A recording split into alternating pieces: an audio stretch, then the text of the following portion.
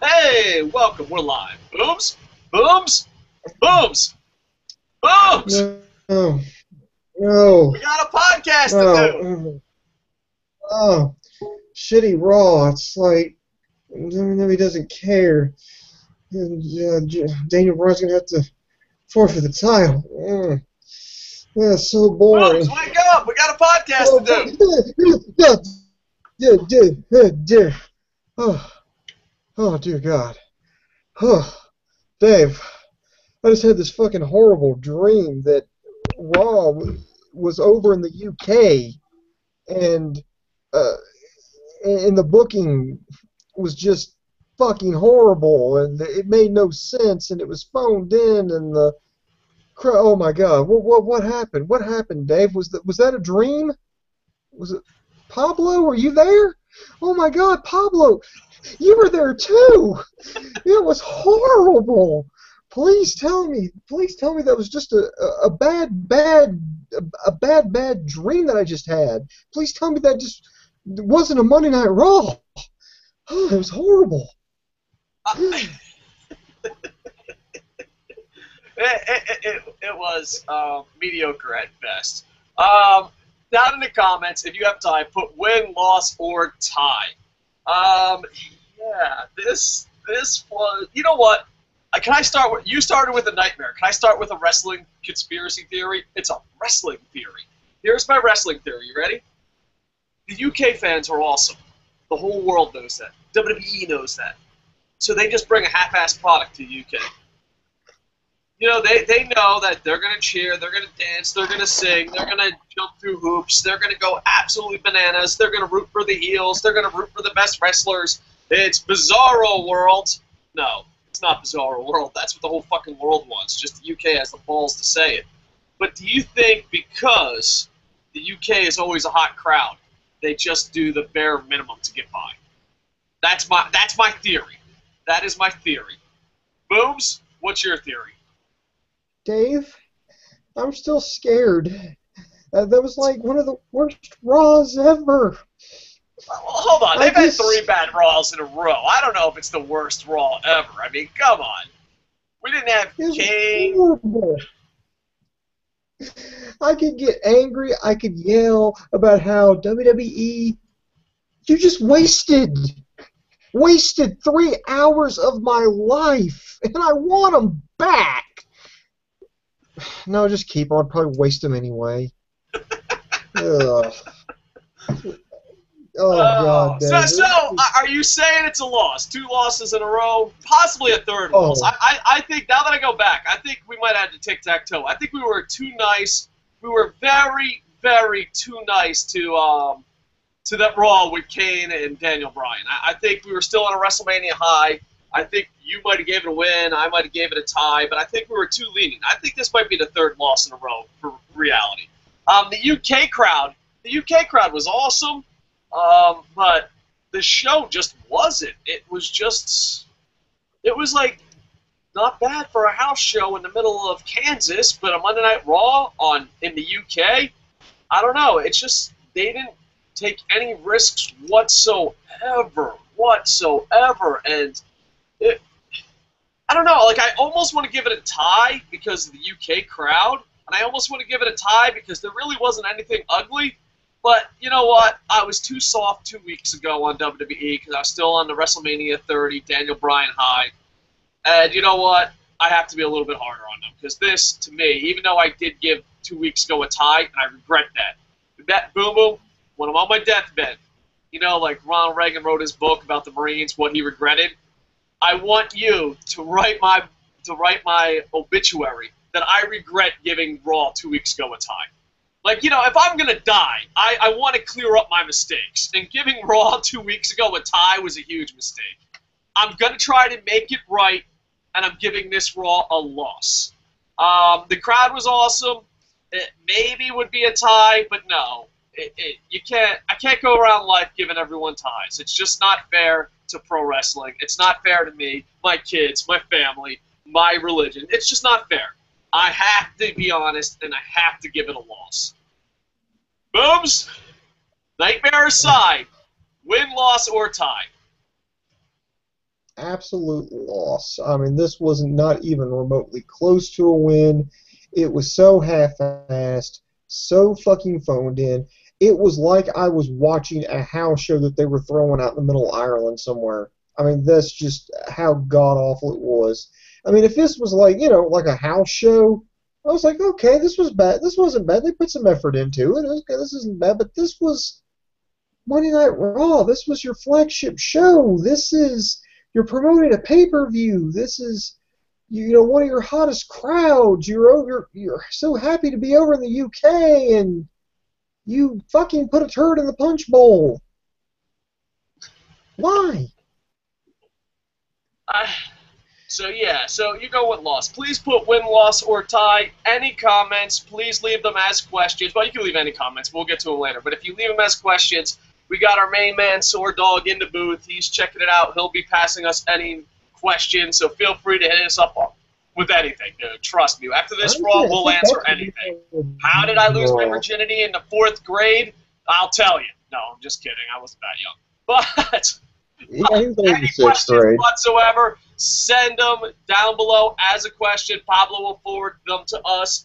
And, because Pablo's so awesome, you can go check out SwordDog.com. It's like Kocosports, but for nerds. Because, we're like cool, tough guys. We're not nerds. Yes, we are. But anyway, they cover video games, movies, all a bunch of other stuff. I mean, video games, movies, that's all you really need. That's all you need in life. Television. Man, how great was the Arrow? We should break down the Arrow. We'd be a lot happier. So, all right, we're not going to break down the Arrow. We're going to break down Raw. Please, for the love of God, for the love of Terry Funk, please send us lots of questions. This is the show we need questions for. This was a rough one to get through. And it wasn't bad. This is a J-O-B, baby. J-O-B. All right. All right, Booms. Let's focus. Not enough with the fun and games. This is why we get paid the big bucks. It's to break down Raw better than anyone on this side of YouTube. Let's go. Let's break it down. All right. Well, put on your goggles, kid, and your galoshes. We're going to have to wade through this shitstorm whether we like it or not. It started out with the Wyatt family in the ring. Obviously, they've got a match coming up at Payback, a last man standing match. Bray Wyatt, gives like a, what could be construed as a face promo. He was talking about how a teacher, made him feel bad, and he said, what have you got that I don't? What makes you better than me? And you know what? I'm here to change the world. Then John Cena's music hits. Cena comes in from behind, gives him the attitude adjustment, and that sets the stage for the show.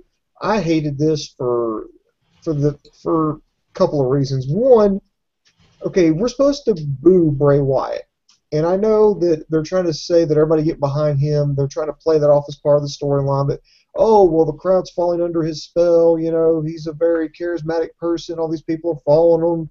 John Cena's, got an uphill battle.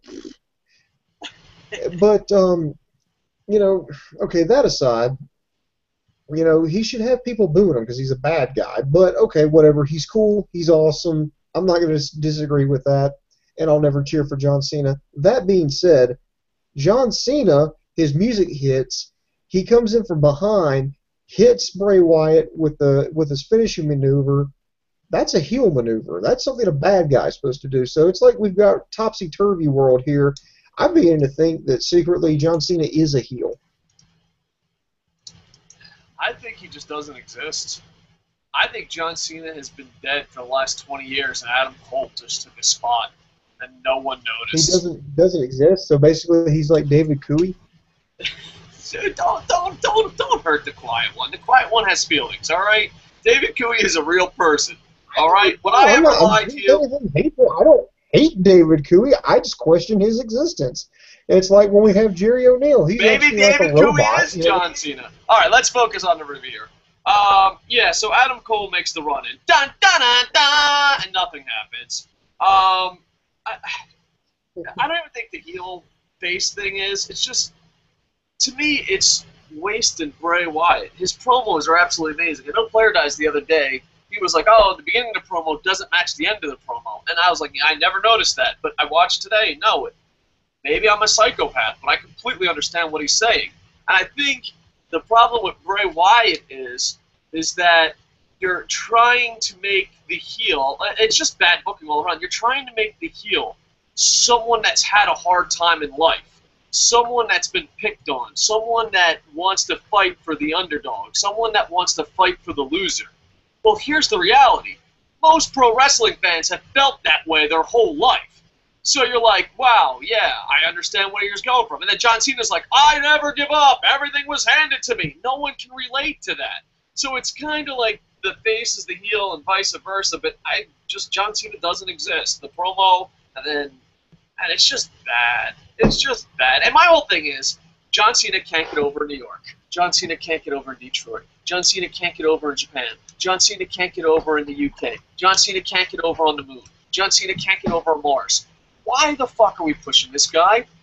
Why the fuck? You know, WWE, you're losing television deals. You're losing stock. It's the end of the world as we know it. Not really. Anyone who knows how stock really works, it's not as bad as the internet is making it out to be.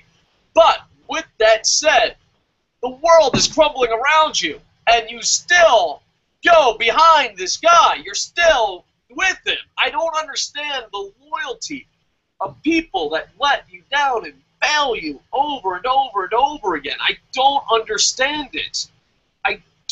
I completely don't understand. I don't understand why John Cena is the chosen one. I never will.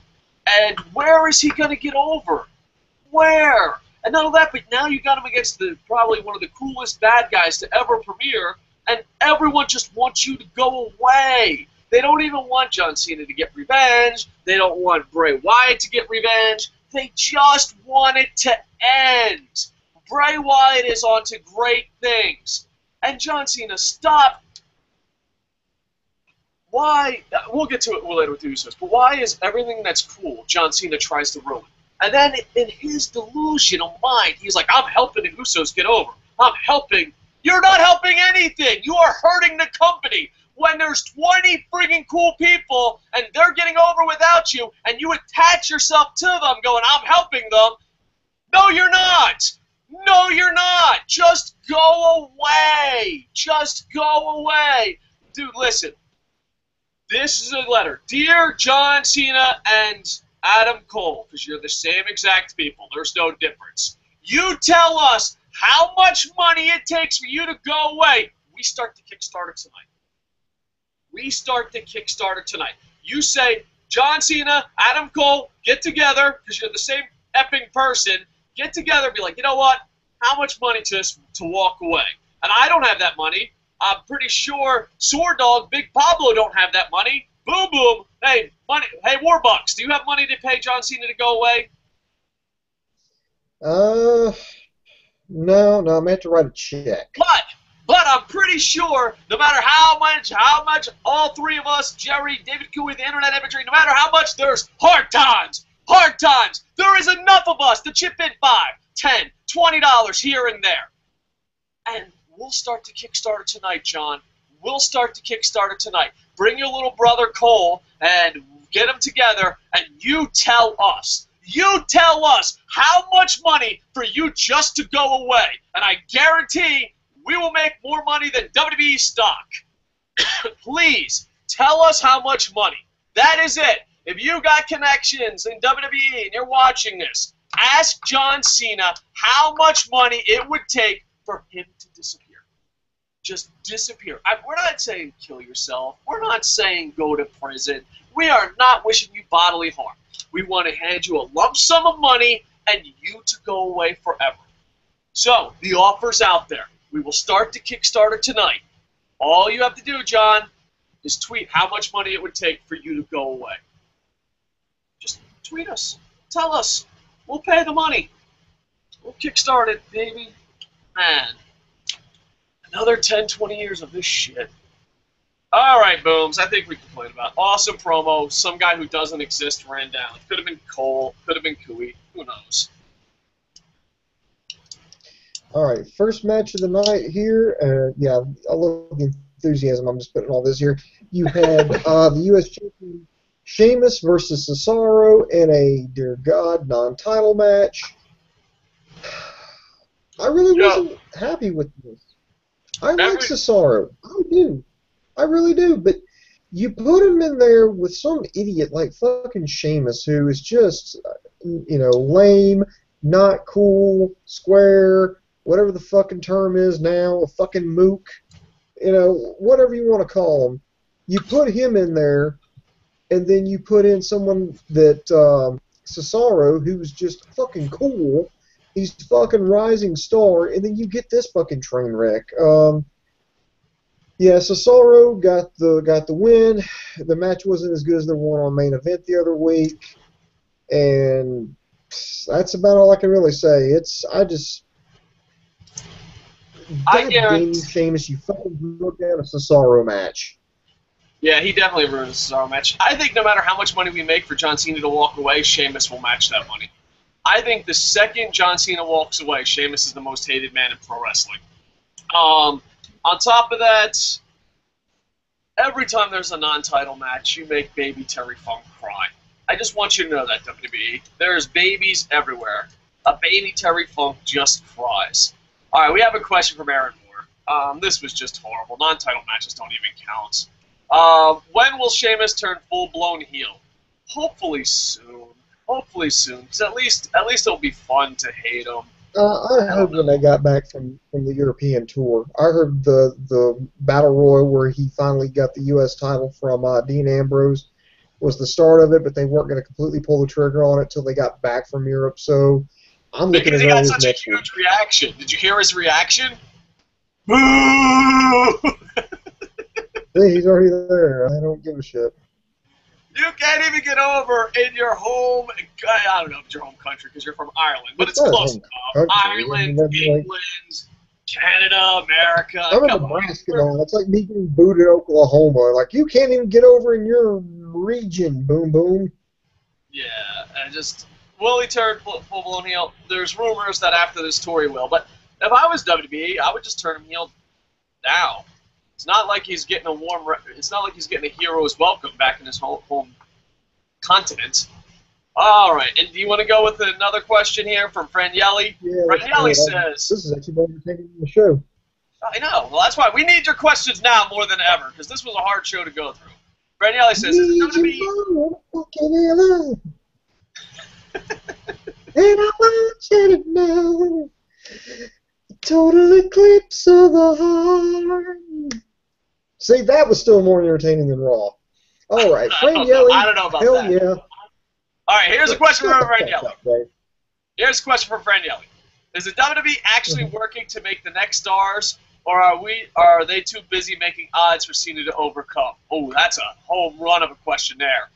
I honestly think NXT is the future of pro wrestling, and John Cena is killing the future every day he's alive.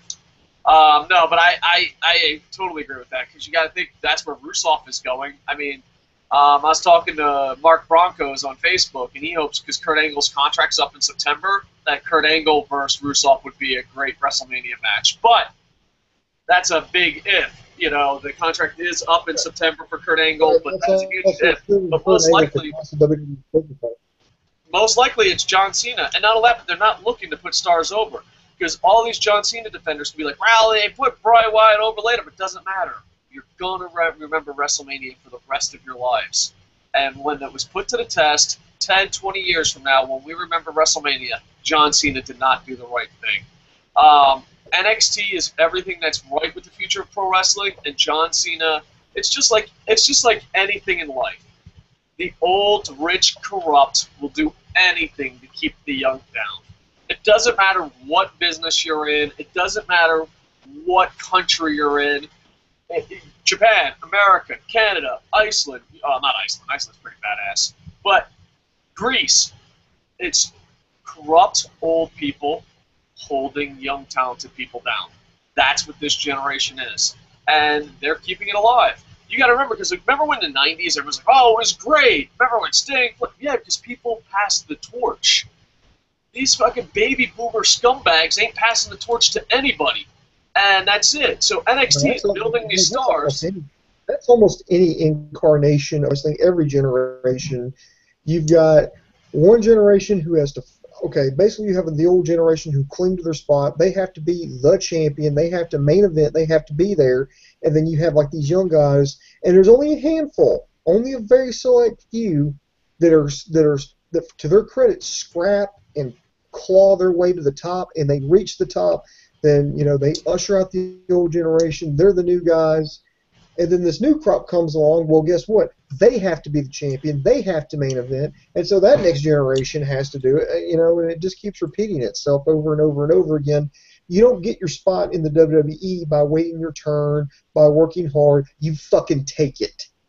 That's exactly. You think fucking Steve Austin, took his time and, okay, I'm just going to be patient. I'm going to be a company man. No, he fucking took his goddamn spot. Do you think Hulk Hogan that sounds good, but that sounds good, but it's a lie.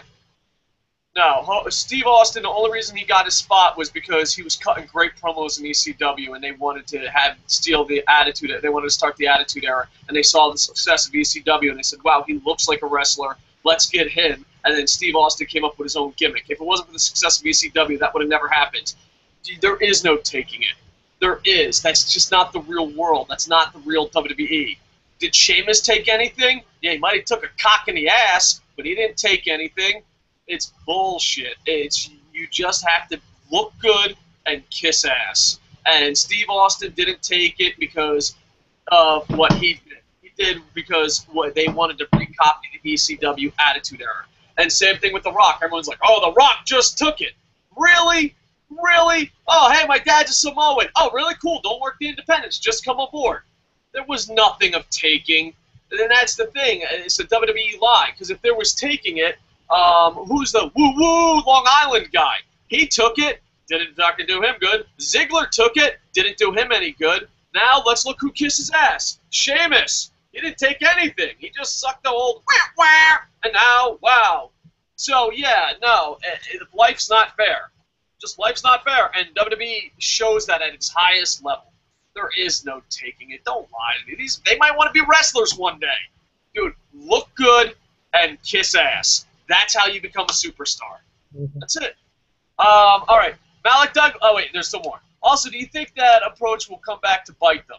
Of course, it always does. Every time there's a star injured, it bites them, but it doesn't matter because they have no legit competition. If they had legit competition, if WWE had legit competition, Ziggler would be a star. Cesaro would be a main eventer. All these guys we love, if they had legit competition, would be stars. Because, think about it, where's Ziggler going to go? Is he going to go to TNA? No, he's just going to sit in the back and be like, well, maybe one day they'll notice I'm talented. And if they had a legit competition like WCW, or if TNA was legit competition, WWE would be completely better and changed. It's just, there's no competition. And it always bites them on the ass. Look at the Daniel Bryan situation. John Cena goes out. CM Punk walks. They have no idea. They only know this guy's a star and everyone supports that guy. And then when that star burns out, they're like, oh no, let's hotshot someone up. It's very bad. What are your thoughts? We get them. Booms, do you want to add anything to that? Do you think? Well, yeah. I mean, yeah, it's definitely going to come to bite them in the rear end now. It just depends on who's running the show. Who's ever running NXT, at least they've got a bearing on, what they want to do. They've got some contenders. But, like Dave said, with WWE, it's the exact opposite. They've got the man, and as long as you're the man, everything's good. Everybody else kisses your ass. Everybody else makes you look good. But that guy goes down with injury or whatever, then WWE don't know what the fuck to do. I mean, they go into some fucking contrived bullshit, some kind of fucking, point A, point B, some fucking leap that even goddamn Evel Knievel couldn't make. All right, last question, and we'll come back to questions. Please keep sending them. Pablo will forward them to us.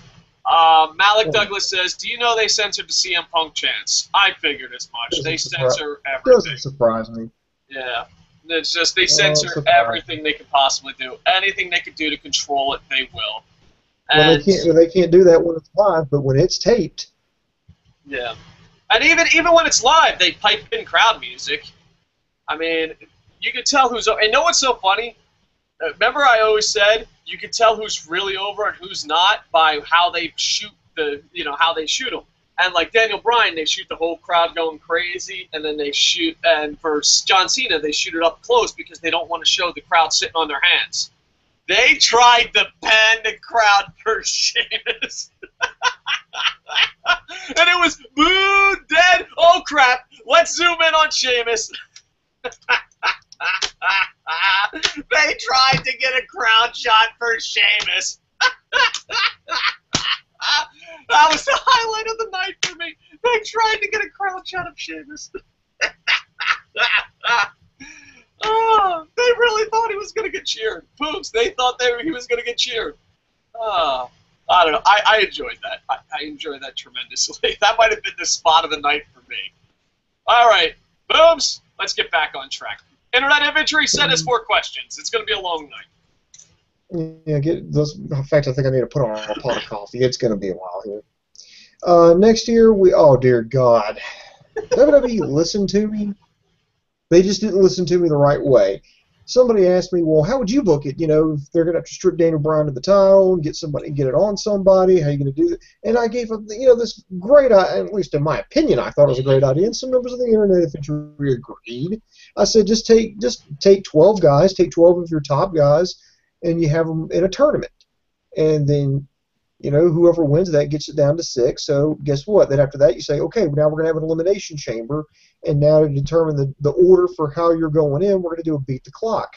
Well, apparently WWE, when they were watching the show, only got that part. They go, beat the clock. Yeah, there we go. So they decided for this Raw, one of the things they were going to do is they were going to have a series of matches. They were going to have 6 matches.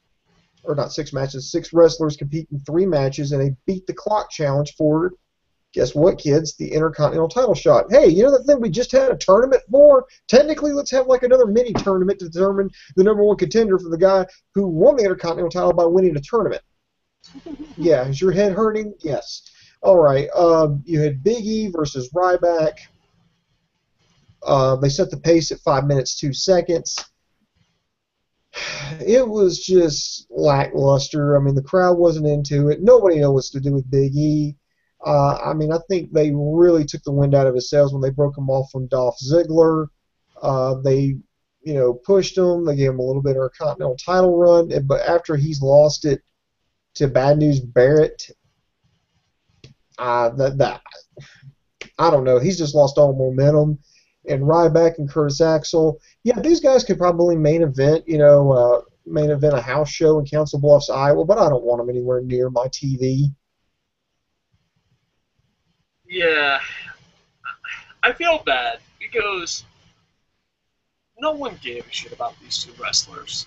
No one gives a shit about these 2 wrestlers. Well, the problem that I have with this is that if you had a decent creative person, Paul Heyman, someone, and you could have made these stars.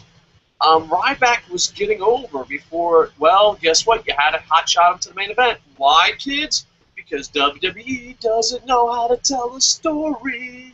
They don't know how to book a mid-card. So Ryback's career is over. So they had Ryback. Ryback had potential. Is he a horrible human being? Of course he is. Is he a horrible wrestler? Yes. But he had potential. Big E was over like a mother effer in NXT. In NXT, he was a star. And then you brought him in with Dolph Ziggler's, security, and he was getting over slowly. And it's just like, it's weird because they suck at building these guys, and they're ruining careers. And this is what I want. This is what I want from WWE Creative. And I say this to TNA Creative all the time, and all the creative members. There has to come a point where if you ruined a guy's career because you weren't prepared for an injury, or you ruined a guy's career because your shit didn't pan out, you have to apologize to him. I think when those 2 guys go in the back, no one cheered for them. They had a 5-minute match, which was meh at best. If I was Vince McMahon, who just lost a shitload of money in the stock market game, I would have all creatives sit there and stand in front of them and apologize. And if this was Vince's idea, fuck you, Vince. Fuck you. Apologize. You've ruined these guys' careers. You have to rebuild them. How many times are you going to rebuild Ryback? How many times? Now you're doing it with Big E. you know, and in a Triple H documentary, he's like, oh, you have to eat shit and be built up again. Why? If WCW was in business, you wouldn't have to do that. Make the best wrestlers that connect with the crowd the best. I don't understand. I hope, and I don't even hate WWE and I don't hate TNA, but from pro wrestling, for long pro wrestling, someone has to legit compete against WWE. Because if not, you're going to get this forever. And you know what? For fans, it sucks. It sucks so bad for fans. Now imagine if it was your livelihood. Imagine if it was your whole life. Imagine if you were Dolph Ziggler. Every time I see a bad Raw, I'm like, man, this sucks. At least I'm not Dolph Ziggler.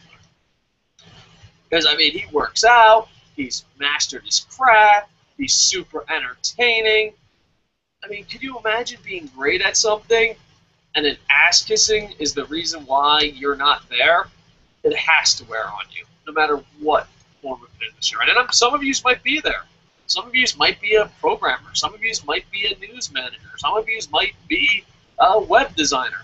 But it's got to eat at you that you're so talented, and you'll see people go ahead of you because of kissing ass. And that's what's wrong with pro wrestling in general. Yeah, it's just sad. I feel bad for these guys because Big E still has a lot of talent, and Ryback, you could hide these guys' flaws and make them superstars.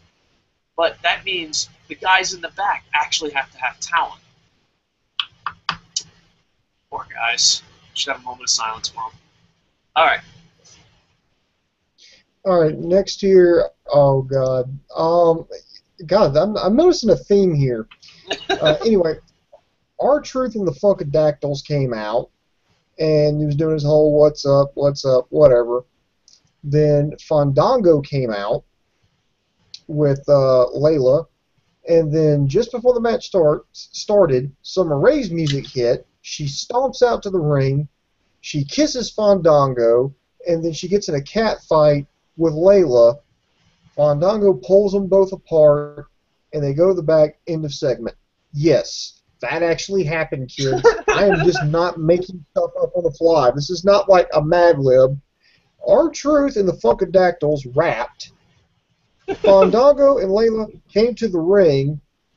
Summer Rae came and kissed Fandango. Then the girls fought. And I'm just completely confused. And by the way, they did announce that Total Divas is returning to E for a third season. Fuck my life. And they're adding R-Truth. That's what everyone was talking about on Facebook. Yeah, they're adding Rosa Mendez, actually. Oh, man. Actually, I wouldn't mind Rosa Mendez. As long as they don't make her a blonde. I wish she was more of I wish she was back as a brunette. But that's neither here nor there. All right, next. I still give. There's a part. Hold on. We can't just go. There's still a part of me that dies inside knowing you watch that show. All right, now move on. I just had to get that out there. You watch that show. I can't believe it. All right, move on. My girlfriend watches the show, and I've sat there with her. And your girlfriend's I'm not pushing it off. I'm not pushing the blame. I'm just saying she watches it. I watched it last night when they had Bree's bachelorette party in Mexico, and Ava Marie was afraid to drink because she's a recovering alcoholic. You know, whatever. Anyway, Daniel Bryan's music hit. Stephanie McMahon actually came out to it and was talking about, did some bullshit here, did some pre-tape clips of Wade Barrett saying bad news, because that made no fucking sense whatsoever, and then said that she was not going to strip Daniel Bryan of his WWE Heavyweight title, but instead he was going to hand it over to her next week. Oh, dear God. CM Punk, please come back. Please save us. You know what? Let's do a Kickstarter. We'll do a Kickstarter campaign. We'll just be like, CM Punk, here, shut up and take our money and just return and save it. Please save us. That would be amazing. Heel book did it. Chris Jericho, please team up with CM Punk and save us. Please save professional wrestling. You come in as a tag team. CM Punk, Chris Jericho, save professional wrestling. You can call your tag team the Saviors. Heelbook did a meme where it was CM Punk yelling at Vince McMahon and said, our stock prices wouldn't have went down if you re-signed my contract. And I was like, that's not factual, but that's funny. This whole thing was just a waste of time. It was a huge waste of time. Like, nothing happened. You know, she went out there, she had her puppies on display, she said, hey, guess what, I'm going to do something. Nah, just kidding. Wait till next week. Thank you and good night. I would love this be like a stand-up comedian that does a Stephanie McMahon act. Be like, dude, I got some real funny jokes, but don't worry, it'll be the next time I come here next week. See ya, thank you and good night. It's a waste of fucking time. A waste of time. All right. You want to go to some questions to lighten up the load a little bit, to lighten the mood here? Hey, please. All right, here we go. Forsaken says, Booms, you can answer this one first, because I've been a little bit of hog on the question time. Does anyone else smell an Evolution win at the pay-per-view after tonight? So do you think there's going to be an Evolution win after this, at the next pay-per-view? I don't care. I just want it to end. I'm sick of seeing the fucking D-Club. At least they keep them all lumped together so you get that shitty segment over with at one time rather than have it spread out over the course of a show. I just want it. I seriously, no, this is not like kayfabe. No, I seriously want S.H.I.E.L.D. to fucking kill Evolution right there in the middle of the fucking ring at Payback and be like, good, now we're moving on to something else. But yes, to answer your question, yes, I can actually, Forsaken, I can really see Evolution eking out a win. Is that a preview to my pay-per-view profits picks? You'll have to wait and see. Is that pay-per-view this week or next week? Hell if I know. Wrestle AM, the best in the business. I don't know either. There's so many pay-per-views. We are professionals. I'll find out. Yeah, I agree with Booms. But I think all of WWE's feuds are like that. Right now, every feud I can think of that WWE has going. Because I think Extreme Rules was really good, and they're like, you know what? It was a good pay-per-view. Let's just do the same exact pay-per-view 1 month later. I think every feud in WWE right now is kind of like, oh, God, just end. Just end it now. All right, so Aaron Moore says, did you see Jeff Jarrett's Twitter earlier? No, I missed it. He mentioned he is talking with New Japan for the love of God and everything that is holy. That is the greatest news I've ever heard. I'd love to see New Japan in America all the time. I'd love to see New Japan. Forget it. New Japan is the new NWO. Let's just take over the world. That would be great. Are you excited about Jeff Jarrett's promotion? Because people either crap on it or say it's the next savior. I think wrestling's in such a bad spot, I force myself to see it as the next savior of pro wrestling. A couple of things. One, by the way, Payback is in a couple of weeks. Second of all, yeah, I hope Jeff Jarrett, I mean, he's already got a deal struck with AAA. If he can get a deal struck with New Japan, then there you go. It's fucking play ball. I'm not going to crap on Jeff Jarrett's new promotion till I see it. I want to check it out here. Remember, he's the guy who did it. Remember, he did about, 10 episodes of Ring Ka King over in India, and that was, with free agent wrestlers and guys that TNA wasn't doing anything with, period. I mean, he took people like Magnus, Abyss, Sanjay Dutt, who else? Scott Steiner. They took all these guys that, that TNA wasn't doing anything with, and they got people like Trevor Murdoch,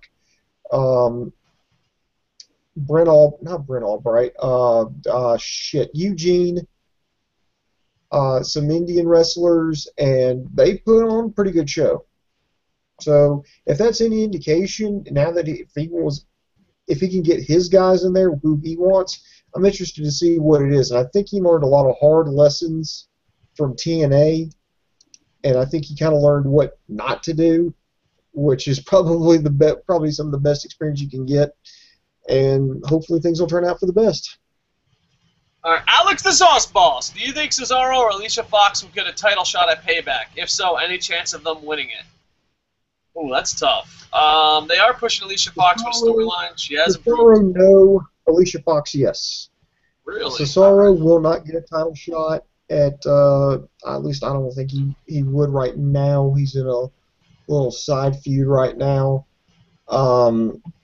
Alicia Fox, I think after tonight, we're going to get to this later after we answer your questions. Yeah, I think she's in line for a title shot at the pay-per-view. And Malik Douglas is the last question, then we're going to go back to breaking down Raw, but please keep sending them. Pablo from SoreDog.com is sending them to us, so we really appreciate it. Go to his blog. So, let's get some internet infantry love over to SoreDog. Malik Douglas says, on a scale of 1 to 10, how much did this make you want to watch New Japan or Ring of Honor or a combination of the two? Are you talking about this Raw?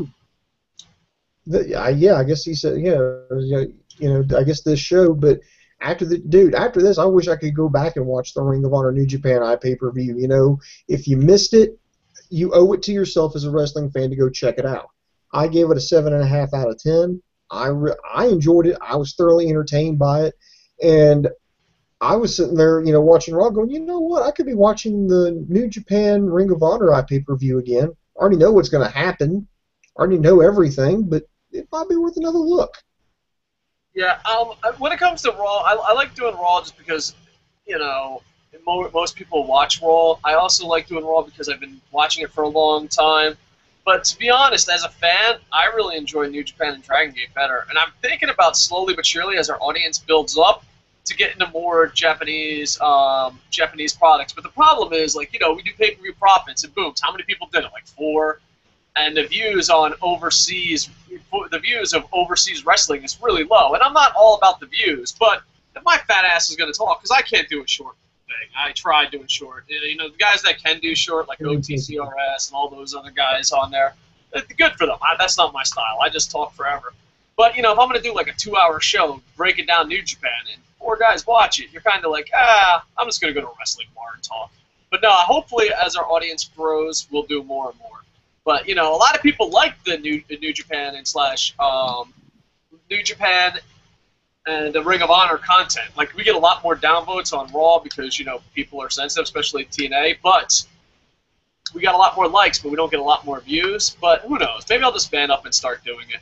I'm just worried to this thing. But yeah, as a YouTuber, I like doing Raw because there's good, bad, and ugly. And WWE fans have thicker skin than TNA fans. So, if I'm oh, Raw sucked, you're not going, you're just a TNA fanboy, crying off like a bunch of TNA bitch fans. But, at the same time, in New Japan, I'd be like, everything is fucking awesome, go check it out. It's kind of hard to review. So, but yeah, hopefully in the future I'll be doing more shows with overseas stuff. But yeah, as a fan, I would prefer to watch New Japan and Dragon Gate. But as a YouTuber, vlogger, just shooting the shit, probably Raw. If that makes sense. I hope that answered your question. All right, Booms, you ready? Let's break it down. Yep, going to get through here. Next, we had 3-man band come out as the Union Jacks. Then Rusev came out and beat Heath Slater in under a minute. Okay, I guess since they were wearing all the Union Jack tights, that 3-man band for a night was a face for some reason. Lana forgot she was in Europe because she kept talking shit about the United States, and I'm like, okay, you got to know your audience, Lana. This isn't working. Boring. You want to say anything about this, or do you just want to move on? No, well, I like getting the political stuff, but yeah, definitely knowing your audience does matter. That would be like a heel coming here and being it'd be like a heel going to America and be like, let me tell you, Australia sucks. And the people in the crowd are going to be like, I guess, I really don't know much about Australia. But, I mean, they're not that bad, I guess. It's not like you're going to get the USA chants and all that going. But I do like putting world news in it. I know a lot of wrestling fans don't. They just want to escape that and don't pay attention to that. But to me, I think that's the only way you can really work a crowd anymore. So I enjoyed it, but... yeah, the Union Jacks are really over. I enjoy the Union Jacks. I like them a lot because they're the Glass Joe of WWE right now. And they're over. So, like I said a million times, but I'll say it one more time. If you're running a show or booking a show or promoting a show and you have someone that's over that doesn't have to win, that is crazy valuable. Crazy valuable. So... I enjoyed the match for what it was, but you know, I'm not. It's no 5 stars, I assure you. It was a good, enjoyable segment. Did you enjoy it? I know you wanted to skip over it quickly. Yeah, until you decided to drone on about it, but no, not really. Apologize. I'm going to give you a hug. No, I refuse. 3MB! 3MB for life! Alright, let's go to the next match. Next, we had our second Beat the Clock challenge. You had Rob Van Dam versus Alberto Del Rio. This one was a rather slow match. It was just, it's the only way I can really put it. It's just, I didn't like the first 2 times they wrestled. I didn't like it this time. And sure enough, Rob Van Dam beat the previous time. He beat it and set a new time of 4 minutes and 15 seconds. It happened, and I wasn't very interested. I didn't like it. I just didn't like it. I mean, this whole show, I just didn't fucking like. All right, boom. So I'm going to ask you something, and it's going to be, you know, me and you, we grew up, and I personally think the only reason I'm still a wrestling fan is because of ECW. Like, if ECW didn't come when it came, I probably wouldn't have stopped watching wrestling. ECW is one of my favorite promotions of all time, and Rob Van Dam was one of the biggest stars. Did you ever think there'd be a time in your life where Rob Van Dam would be on WWE going for a title and you wouldn't give a shit? Did you ever think there'd be a time where you're like, man, I wish Rob Van Dam wasn't here? As a huge ECW and Rob Van Dam fan, I never saw that day ever coming. It's here. You know, I remember watching him and Sabu tear down the building. They tore down the Beltwall Auditorium back at Guilty as Charged 2000 when I was in high school. I went to go see that pay-per-view. That was a fucking phenomenal match. And then now WWE has just made Rob Van Dam so watered down, bland, and boring. He's got no attitude. He's got no personality. He's just, okay, I'm going to point at myself. I'm going to do some martial arts-inspired moves, and then I'm going to move on. And then Del Rio, who's just biding his time till his contract runs out, he's fucking phoning it in. No, you know, there's phoning it in. There's phoning it in, and then there's Del Rioing. You know, like, there's things that you take it to another level. Like, there's basketball. Jordan took it to another level. You know, there's hockey. Claude Lemieux. Yeah, I went there, bitches. Claude Lemieux takes it to a whole new level. And then you have baseball, and, you know, Babe Ruth took it to a whole new level. Like, there's all these things. Phoning it in, and then Albert Del Rio. Del Rio has brought phoning it in to a whole new level. You know, I know him and CM Punk's contract ends around the same time and CM Punk walked out. Del Rio is physically there, but mentally, he walked out like 20 years ago. He's just like, I'm here. Like, and the funny thing is, he even has that smirk about him. Like, he's on the rope, no one's cheering. He's like, fuck you guys, I'm going home soon. Like, in the military, we call them short timers. So, like, when you first get in, you're about 1 year, 2 years, 3 years in, maybe 3.5 years in, you're all gun-ho. But when you got about, like, 4 to 6 months left, it's called being a short timer. And dude, Del Rio is the king of the short timers. He is doing the bare minimum. He's not caring about title runs. He's not caring. Dude, I'm pretty sure Del Rio just hides in the back hoping the creative doesn't find him. Oh, man. I just want to give props to Del Rio for taking phoning it in and short timing to a whole new level. Let's give him a round of applause, everybody. I mean, Booms, your contract's up, and I'm sure you're a short timer, and you can't even phone it in as high as Albert Del Rio phoned it in. Man, you got to give him props. God, I wish I could phone it in like Del Rio. I really do. I'm counting down the fucking days. So, yeah, anyone that's worked with a contract and doesn't enjoy their job will understand what Del Rio's going through. In military, television, radio, I mean, it is tough. But, dude, people that have short timers and phone it in, dude, when you could do it at the level of Albert Del Rio, just mad respect. Mad respect. Good job. Good job. You never thought we were going to go that way with that match. But all right. No, never did. Thank you for saving that, David. I'm going to skip over some of the backstage stuff. Next year we had a clusterfuck. It was Batista versus Seth Rollins. Now, everybody was banned from ringside. Everybody. Well, they brought out Triple H as the special guest ring announcer, and then Randy Orton as the special guest timekeeper, and then Seth Rollins brought out Dean Ambrose and Roman Reigns as the special guest commentators. And the match, okay, I thought, okay, we're going to get something out of this, and then it was just pretty predictable. You knew how this was going to end before, as soon as you heard Seth Rollins go, oh, here's the special guest commentators, Dean Ambrose and Roman Reigns, ladies and gentlemen. Just like, dude, you know how the fuck this is going to end. My whole thing is, it's like, you got to live in a fantasy world a little bit to go with a WWE storyline. You got to be like, all right, I'm going to live in their universe, you know? Some things you just have to look the other way on to enjoy the show. But, you know, Triple H tricking them and making them official stuff, you're like, okay, I buy that. But then him going, oh, here's our special commentators, I'm just like, all right. All right, even in your fantasy world, this is a bit much. A bit much. Yeah, just end this. This seems like that just seems to be a theme for WWE storylines right now. Just end this. Alright, Booms. Whew, gotta keep soldiering through here. Should we take a break and play like Rocky music? Dun, dun, dun, dun, dun, dun. And there's a montage of me and you watching like the shows, like a little montage of me and you like writing down, like taking notes, and then like, you know, getting our computers ready to go, you know, researching some people. You know, we could do a little montage like that, but this is WrestleMania and we have no budget. Here's another match here. This was fucking perfect. This was goddamn WWE fucking just their crack fucking booking on display here. You had the Divas champion Paige defending against Alicia Fox in a non-title match. They were, remember the whole temper tantrum that Alicia Fox threw last week? And I will say this, Alicia, please keep that cowboy hat on.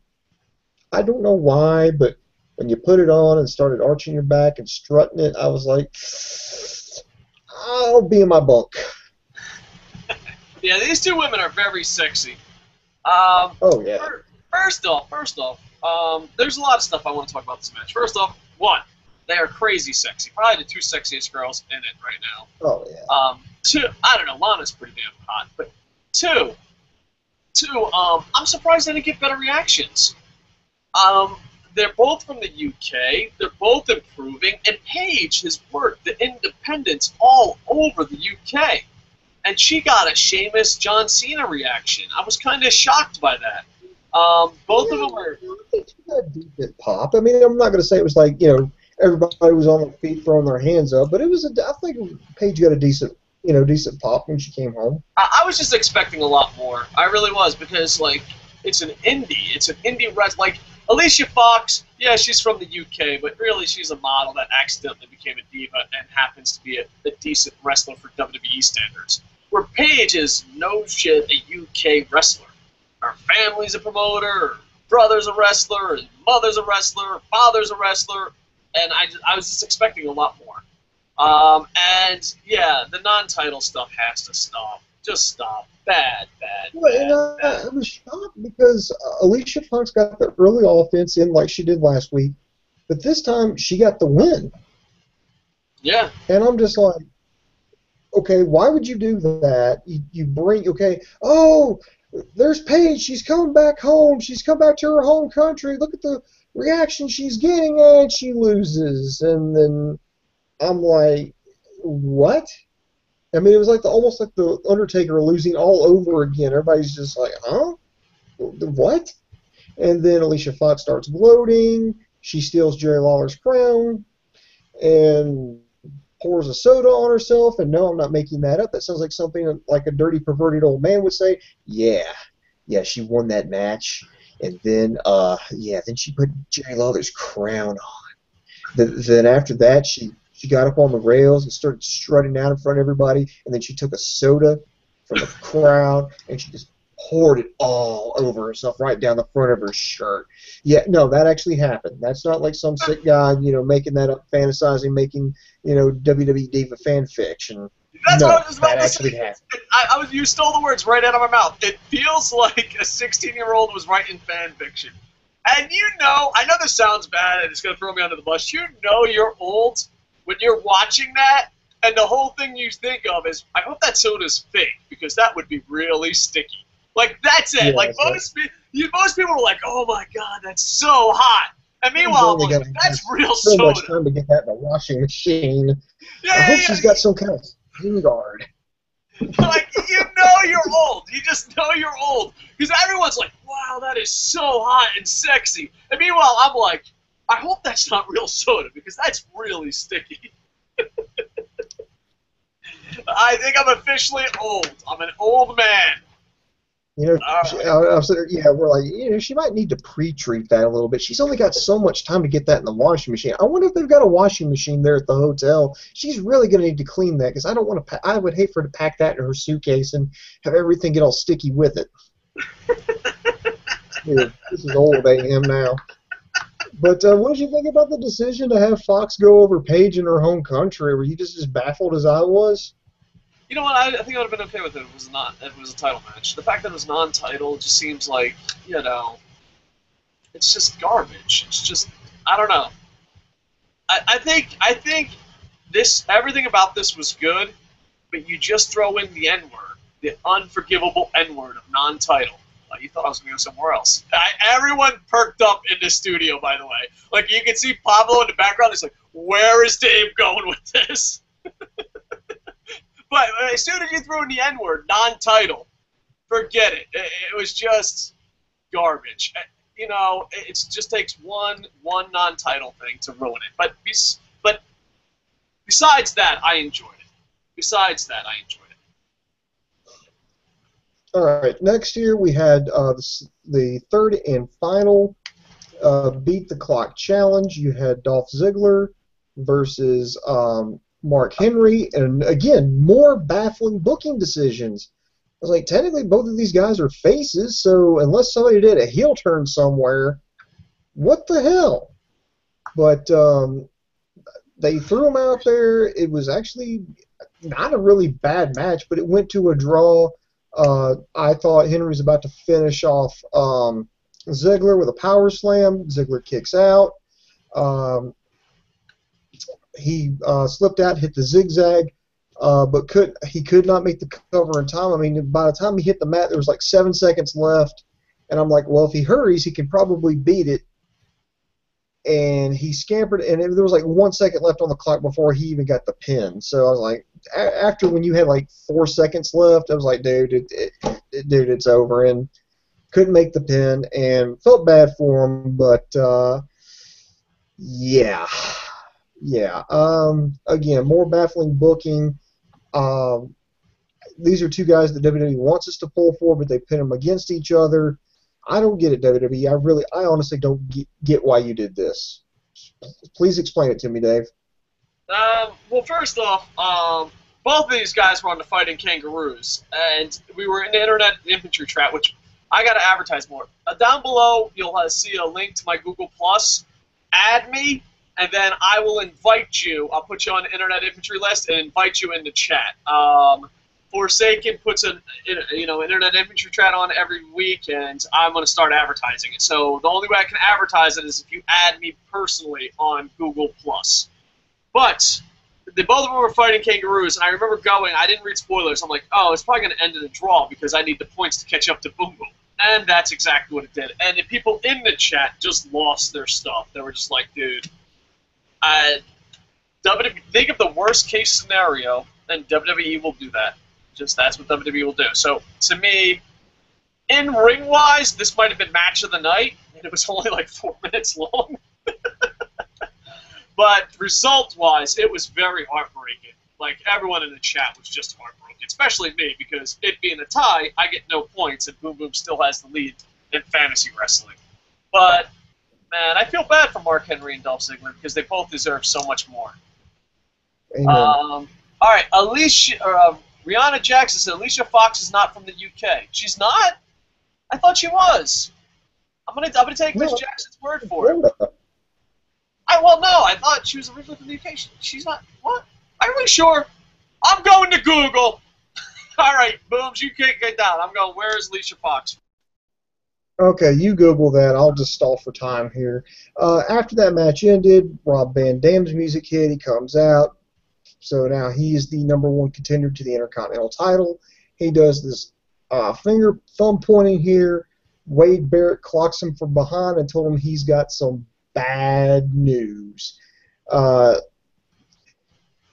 on, I got some bad news. Can I interrupt this? Brianna Jackson's right. Alicia Fox is not from the UK. I've been wrong 800 times. I've met Alicia Fox like 7 times in my life, and every time I'm like, hey, what's it like from being in the UK? And she didn't even correct me. All right, what? Who would deny being from Florida? Everyone, of course. But I've actually met Alicia Fox to talk to her, and I'm like, wow, it's cool meeting someone from the UK. How do you like it here in America? And she just went with it. Alicia Fox, you're beautiful and tricky. And dude, I've asked other people. You know what? My world is turned upside down. My world is turned upside down. Miss Jackson, you are absolutely right. She is from Florida. I thought she was from the UK. And I've asked other people. And other people are like, yeah, she's from the UK. Oh, that tricky little... Did she ever act like she was from the UK? Was there a gimmick where she was from the UK? Dave, when you asked other people, don't you mean nobody? Exactly. No! I've mentioned it. I've mentioned to Jerry. I've mentioned to other people. Like, no one's ever corrected me. I can't believe this. And, you know, I don't think Wikipedia would be wrong. Why would Wikipedia lie about that? That is unbelievable. My worldviews will never be the same again. I don't know if I can live in a world where Alicia Fox is not from the UK. Because I even asked other internet infomercials from the UK. Because remember we used to talk about, is everyone as hot as Alicia Fox in the UK? And everyone said, oh yeah, she is. So I'm not the only crazy a-hole here. Just fucking with you. Maybe. So you're telling me, it's like when Mike Tyson lost in Tokyo. You're telling me everyone in the world is effing with me. That's a possibility. My world is turned upside down. All right. It's from Florida. I didn't know. Wow. I learned something new every day. Why was I more excited about finding out where Alicia Fox came from than this Raw? Like, that was the most excited I've been. I can't believe she's not from the UK. Now I've learned. And knowing is half the battle. All right, well, ladies and gentlemen, according to Wikipedia and Miss Jackson, the Internet Inventory, Alicia Fox is not from the UK. Booms, this is breaking news. What are you gonna say? Go. You better bring the hammer. This better be groundbreaking. Go, Booms, go. You're over here rushing me. I want to hear it. Breaking news from the desk of Boom Boom. Well, Dave, I'm afraid I've got some bad news. Wade Barrett promises a victory at Payback.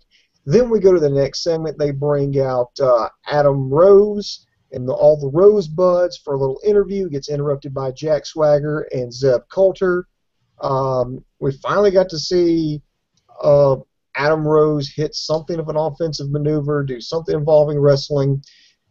But, Dave, let me ask you this, sir. You know, are you thinking this Adam Rose character is going to be a flop in the WWE? Not because his character's bad, not because he's a bad wrestler or anything. It's just that his gimmick is not tailored towards, like, the huge arenas and audiences that WWE is accustomed to. Well, the UK loved them, so the UK must really love beer commercial type lifestyle. Tonight was the most successful he ever had. They ever came out, and it wasn't the best reaction, but they were singing, they were having fun, so I don't know. Maybe the UK is a lot cooler on the club scene. I just think in America that's just not going to take off. But I thought he had a successful night tonight, and I just don't enjoy it. Maybe us Americans have become uptight. Like, we're like, whatever, what are you trying to do, sell us beer? Get out of here, you young kids, get off my lawn. I think maybe that might be the problem, but I don't know. I always thought, like, you know, if you're over the age of 30-ish, you should not be clubbing. But that's just me. But I don't know if it's going to take over. I think it might be one of those things, Fandango. Like, it's the same level as Fandango. All right. What's your call? You think it's taken off, or you think it's dead in the water? Right now it's dead in the water. I mean, I think it's when he showed up on NXT with that gimmick, it was just absolutely amazing. But looking at it, it comes off a little hokey, in WWE, especially on Raw. Maybe it would work a little bit better on SmackDown, but we'll definitely have to check it out. I'm going to give it some time. So that's where I'm at on that one. All right. What do we got next? I think the next is the main event, right? Yes, it is. John Cena sucks. John Cena sucks. John Cena sucks. Yeah, we had John Cena. This time he brought the Usos along to take on Luke Harper, who was, of course, accompanied by the rest of the Wyatt family.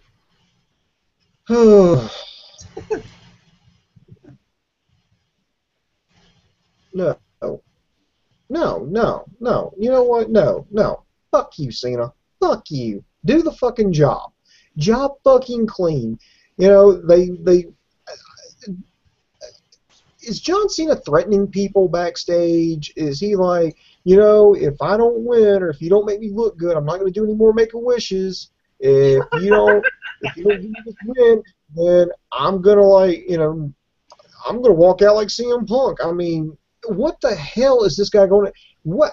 You know what? I'm convinced now. I know why John Cena is a fucking superstar. I figured it out. Despite everything, despite all the booing, despite all the arguments, despite everything about how everything that flies in the face of common sense, I figured it out. I figured out now exactly why John Cena is pushed the way he is, marketed the way he is, and held in such regards the way he is. I figured it out, Dave. All right, you ready? Everybody, Internet Infantry, get in here. I'm going to share a secret with you. I'm coming in. All right. Coming close. What do we got? All right, get in here. Everybody get in tight here. Everybody get in tight. All right, Infantry, looking at me. I'm convinced now. John Cena has Polaroids of Vince McMahon with a sheep. That is the only explanation. Every time I was like, well, maybe we should give someone else a shot. Well, okay, Vince, yeah, that's nice, and I'm pretty sure, PW Torch would like to see this. I'm pretty sure I could mail this to Kocosports and it would be up in just a couple of hours. Well, how about this? We have you in a match with Luke Harper, but you bring the Usos and they fight off all the, they fight off the Wyatts for you, but they get in there and they cause a disqualification. So you don't lose, but you kind of get down here. So we're trying to advance the storyline. Oh, well, I kind of like that. Well, and then we're gonna have Bray Wyatt beat you up and give you the Sister Abigail on the ring, outside the ring on the ramp. Well, I don't know, Vince. I don't know if but John, we're gonna give you the win at Payback. I'm liking it. That's my theory. That is my theory with John Cena. He has Polaroids of Vince McMahon with a sheep. That is the only logical explanation as to why he's pushed the way he is. You heard it here first, only on Wrestle AM. Won't hear it anywhere else, ever. And also, like I said, the reason why Damien Sandow's not being pushed, he parked in Stephanie McMahon's parking spot at Titan Towers. Boom. Inside information you won't hear anywhere, and we're giving it to you for free. Great info. Know what I hate about John Cena defenders? They're going to say, well, he helped the Usos, he helped Bray Wyatt, but I don't think so. If you helped the Usos, wouldn't you have helped it before they were over with the crowd? If you helped Daniel Bryan, wouldn't you help him before he got over with the crowd? Same thing with CM Punk. I think these Cena fans and John Cena are delusional. I think they go, hey, you know what? We're going to help you. But no, you always help them when they're already over and doing good. It's kind of like that aunt when you need to borrow $10. She's like, oh, I really don't like you, nephew. Go screw yourself. And then you win the lottery, and she's like, I was always there for you. It's Aunt Cena. That's what it is. It's that aunt. Everyone has that. You need to borrow $10 for a bus ride home, or you're going to get stabbed by a street rat. they're like, no, Aunt Cena doesn't have time. You're just an ungrateful little douche nozzle. You're like, all right, Aunt Cena, and you go home. And then you find some success, and you're like, wow, look at this. I won the lottery, and I invented Facebook. And they're like, wow, that's great. I've always been there for you. Like, no, you haven't, Aunt Cena. No, you haven't. Back away, Aunt Cena. Back away. That's what it's like. And I just hate the fact that people are like, well, he's helping the Usos. No, he's not. As soon as someone is just a little bit cool, and he actually believes that, because sometimes he'll be like, oh, remember when he did the, like, that was for you, Daniel Bryan. No, it wasn't. It was for you, John. Everything's been about for you. You are the greedy ant in everyone's life. You don't have $10 when you're 12 years old hitchhiking home from Atlantic City, but you sure do have open arms when someone wins the lottery or starts a successful business. No more Aunt Cena. Go home. Just go home. If you don't have the $10 for the bus ride home, then you're not getting the $12 million later when I win the lottery. That's it. I'm tired of you, Aunt Cena. I am absolutely tired of you. And just, I don't understand how everything can go through him and the company fails. I don't understand it. And that's the thing. Maybe the sheep photos make sense. I honestly, though, if I could throw my wrestling theory in, I think it's Stephanie. Stephanie said he was going to be a star, and Stephanie doesn't want to be proven wrong. And just like the Carters give Dixie money to run TNA, WWE lets her go with Cena because that was her baby. That was her star. So I think what's the problem with pro wrestling right now is daddies love their daughters too much. I honestly think that that's the reason he's getting pushed to the moon and always has and always will. And, you can make arguments how he sells merchandise, but he didn't sell, I don't want to have the same John Cena arguments over and over. I have no idea why he's the chosen one, and I think that would be one of my main questions to anyone in WWE. Why is he the chosen one? And Jim Cornette said something because he shows up on time, and he works hard, he's first one in, first one out. That's great. Give him Employee of the Year. But you know what? When you're on national television, talent should have a factor in it. You know what I mean? He might be the greatest employee ever. But you know what? The New York Yankees ain't starting a pitcher that has the best report card. It's time to use the best talented people. It is time. All right, you want to go for some internet questions and get the hell out of here? Yeah, let's go through some questions and call it a night. All right, let's wrap this bad boy. Oh, in the comments, please put win, loss, or tie. Me and Booms both thought it was a loss. Booms probably a stronger loss than me. The UK fans were awesome as always.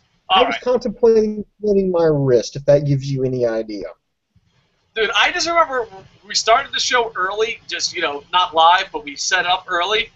And the way Boom Boom was watching, Raw, because I was like setting up, looking at Boom Boom, and he was watching Raw, is the same way it looks like when you go in a room and someone's waiting for their family member to pass away.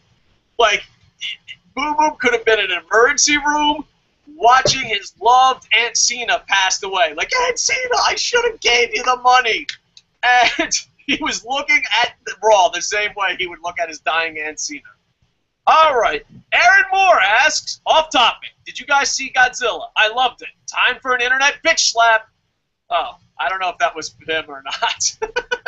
No, that was the one after that. So, way to go there. This is why I need to read the comments. But, Aaron, to answer your question, no, I haven't seen it. I actually heard and this is not a spoiler. This is actually a review that I read, that Godzilla actually doesn't pop up until like an hour into the movie. So, if that's true, let me know. And also let me know if it's actually worth seeing it. Is this like a remake, a reboot, reimagining, whatever?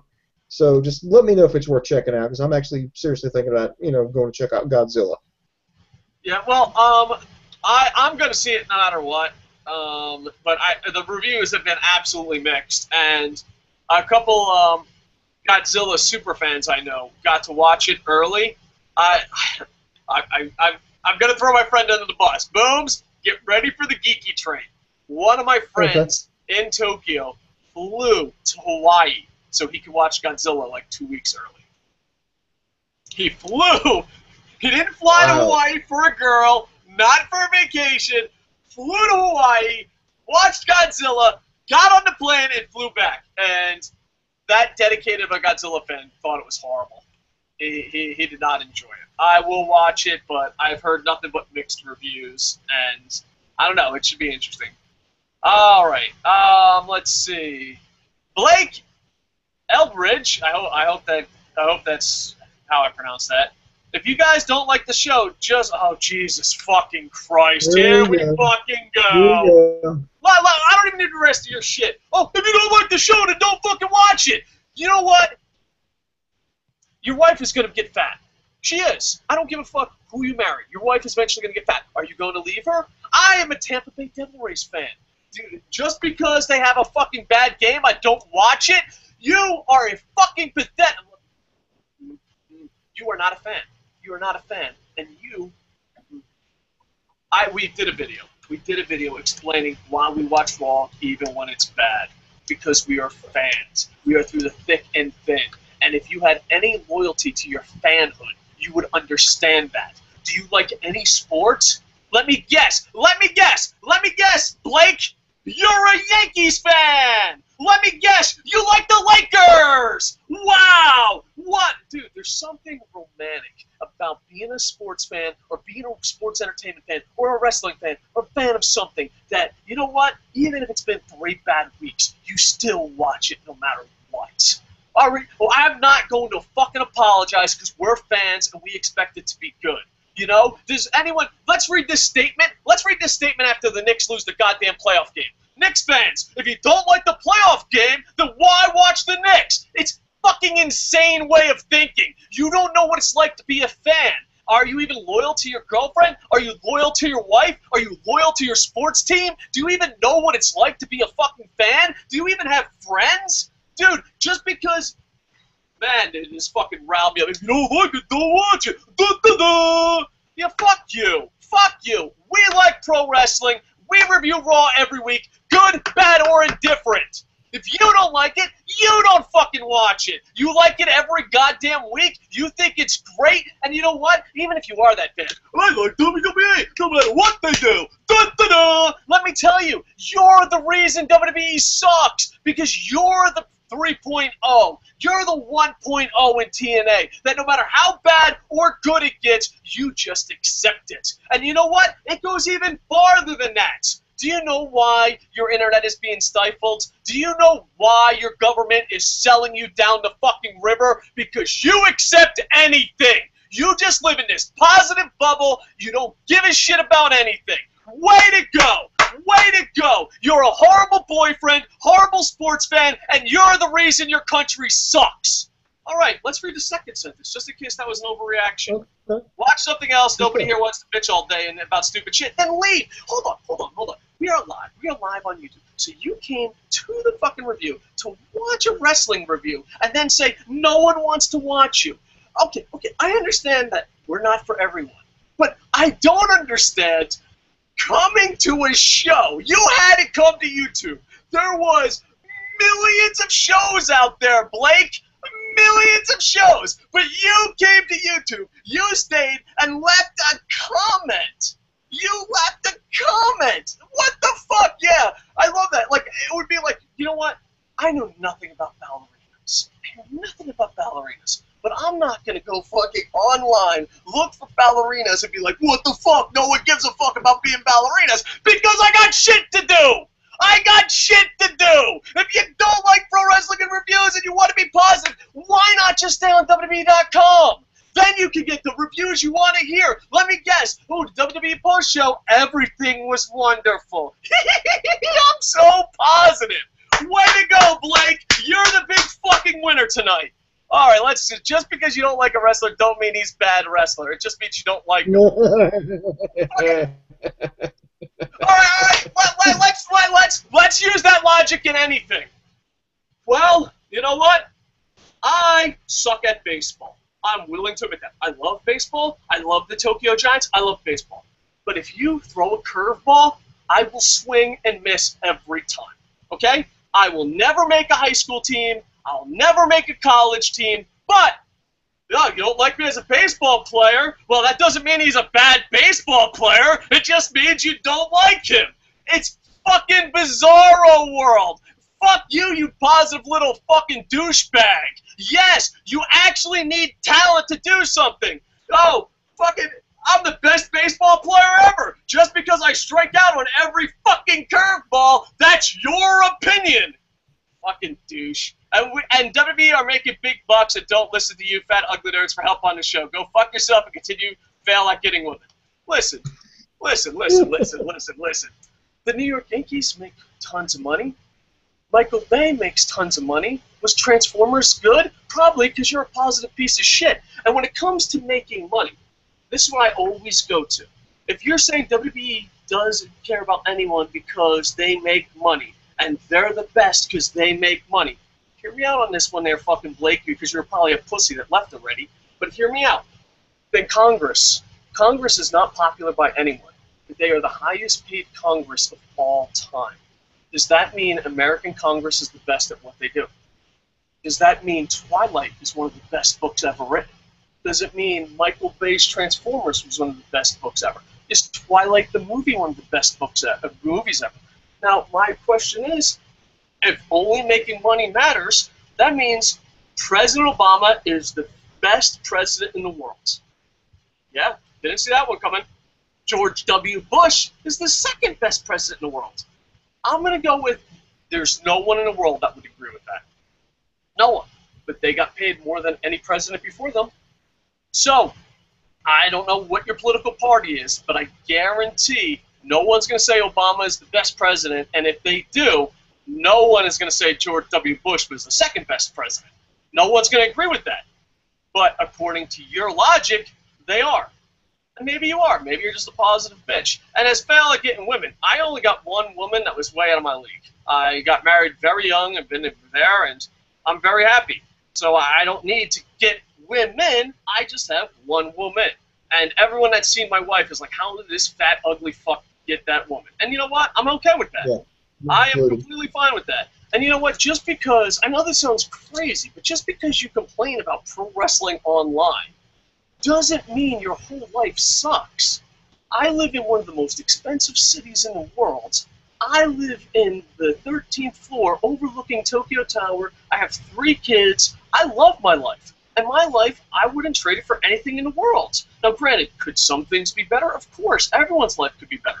But just because, I know this sounds crazy, because I spend an hour or 2 a week talking about Monday Night Raw, or even an hour a day on YouTube, that doesn't mean your whole life around you is crumbling. Okay? I know that sounds crazy because you're a fucking loser, but you can, successful people can actually spend 1 hour to 2 hours a day on YouTube and their life doesn't crumble around them. You can actually, there's 22 more hours of the day. I can do whatever the fuck I want. So, yeah, Blake, I hope you stayed around for that rant, and I hope that you've saved some comments. Because, Blake, I would love to let you on. You know what? These trolls, I'd love to invite on. We have another one at TNA. Just come on. We'll invite you. Send me your Google Plus information, and we'll invite you on. Because, you know what? My whole thing is, not once have I ever gone on YouTube and called someone else a loser. Not once. Now, have I defended myself and said, fuck you, you're a loser? Of course. But this is why I don't do that. When you call someone a loser, fucking scumbag, go fuck yourself, can't get women, you have to back that up. You have to back that up. So, Blake Eldridge, I ask you, you are so good at judging people. Now, I invite you on, and please, let's compare lives. Because, you know what I noticed about life? People that have a better life than me don't go on YouTube fucking leaving nasty-ass comments. So, Blake, what do you do for a living? How is your girlfriend? How is your kids? Where do you live? What does your house look like? Like, it's easy to be a fucking cocksucker and be a complete asshole. But no, we're not that. We'll put you on show. Leave in the comments, and I'll fucking private message you this later, Blake. Leave in your comments your information, and just be prepared to answer that. I'll let you on air if you're over 18. If you're under 18, I do a K5 podcast, and I'll let you call in. I question how great is your life. I mean, because you're going around on YouTube looking for positive reviews and fucking acting like a fucking badass. My question to you is, how great is your life? My life isn't the best, but everyone that has a better life than me isn't going on YouTube trying to fucking bash someone having fun talking about wrestling. So my question to you, Blake, is, who's the real fucking winner here? All right, just thought I'd deal with Blake. That's it. I mean, what more can you say? But he's gone. They're a bunch of fucking bitches, dude. Oh man. And Blake, I would love to see your response, but you're gone. And I will private message you to invite you on the show. I mean, dude, he got past his bedtime, Dave. He's like a fucking 98-pound, 12-year-old little virgin. Lives upstairs in his mommy and daddy's house. Got done watching Raw, was messing around. Oh, these people are talking negative. Hey, just because you don't like a wrestler doesn't mean he's bad. We just tend to not like we don't like people who suck. And we back up why we think people suck. I mean, John Cena. Can anybody defend that? Can anybody defend Randy Orton? Can anybody defend Batista? Can anybody defend Sheamus? Can anybody defend Del Rio? Defend it. Then fucking defend it, Blake. Fucking defend it. Ball's in your court, motherfucker. If you're over 18, we invite you on. If you're over 18, we invite you on. And then I know that we got under his fucking skin, and I know he's lost his fucking argument, because when he immediately resorted to like the fucking it's stereotypical, it's just so cliched. Well, you're fat, you're nerds, and you don't have women. Really? Really? Can we get something fresh? Can we get something original? I'm not fat. In fact, I'm pretty damn sexy. I'm a sexy motherfucker. And as far as not being able to get a woman, Dave's been married, has 3 kids. My fucking girlfriend is in the room right here next to me. So, whatever, woo! But my whole thing is, I wonder, because someone has a hobby. So, I mean, I just want to see how they think. Someone has a hobby, and in that hobby, they disagree with your hobby. That means that they're complete losers and don't have women. Like, where does that jump happen? Where does that jump happen? And why is it only in wrestling? Like, if we disagreed, if I said, people are like, oh, I love the Brooklyn Nets. I'm like, fuck you, they'll always be the New Jersey Nets. I hate the Brooklyn Nets. The next step is not, well, you can't get women. Like, where does that jump go from? I just want to know. And my whole thing is, if we're the losers, you're watching us, and you went for it. Like, that's the part I'm missing. All right, go ahead. You got something, Booms? Yeah, Malik Douglas put in a good point. He says, did anyone ever tell Siskel and Ebert to stop watching movies that they didn't like? When did criticism become a bad thing? Well, no, and the thing is, it's this generation. This generation is the weakest generation probably ever. You have the baby boomers who are absolutely greedy, and they're horrible people. Baby boomers are not good people. Like, I'm a history teacher, and I give these speeches all the time. The baby boomers are the most greedy generation. They're the worst. When history is rewritten, the baby boomers will be the worst generation of all time, the greediest generation. Our generation is the laziest generation.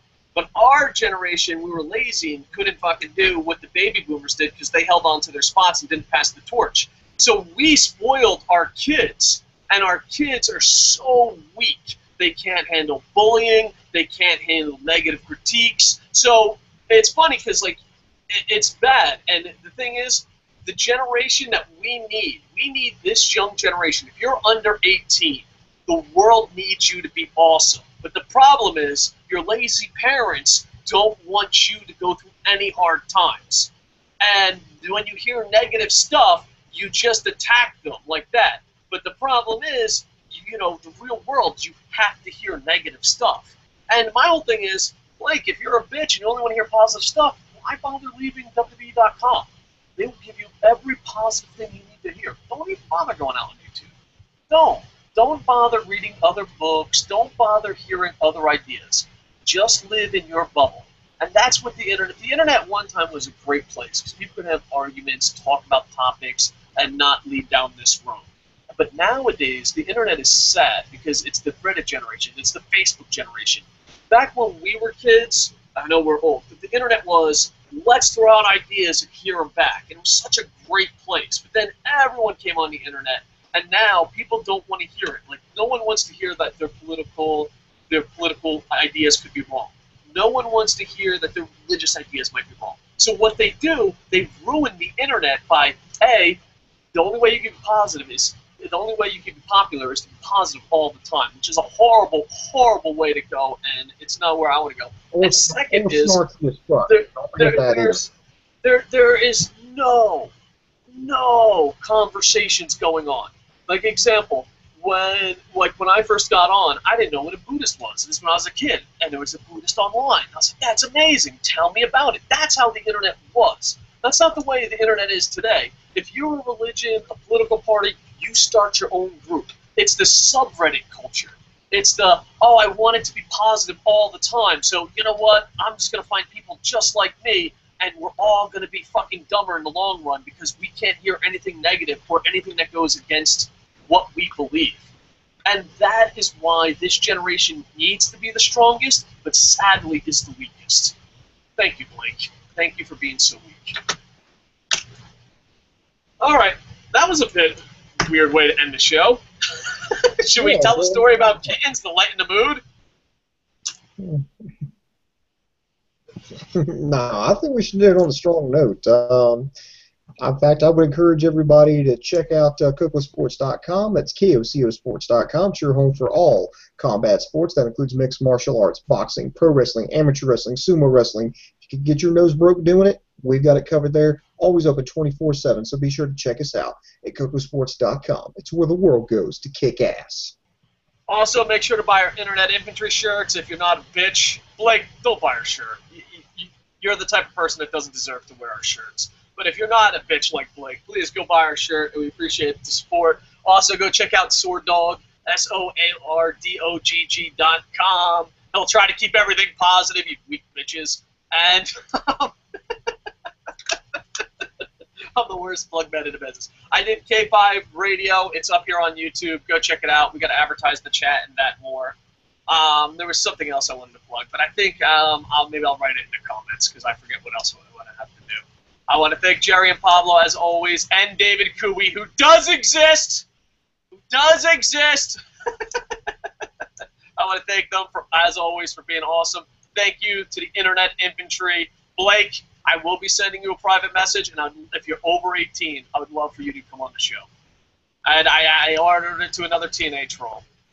That's it. Just let's see how you do in person, you know? But he's probably gone forever. All right. Everyone, thank you so much for being part of the Internet Infantry. If we're not positive, don't worry. There's a bunch of other YouTubers who sell out that want to be popular that will be positive. You can go. Just check it out. It's on YouTube.com. There's millions of them. If you want to hear honest opinion, thank you for sticking around this late. And anyone that's up this late, I appreciate it, dude. I really do. Stay up this late to watch us live. It's very humbling, and we thank you for that. Now I'm off to beg women to sleep with me. Thanks, Blake. Oh, Blake, you made my night. I appreciate you. Thank you for being so stupid and weak. All right, with that, go to Kocosports.com, KOCOsports.com, and I am over.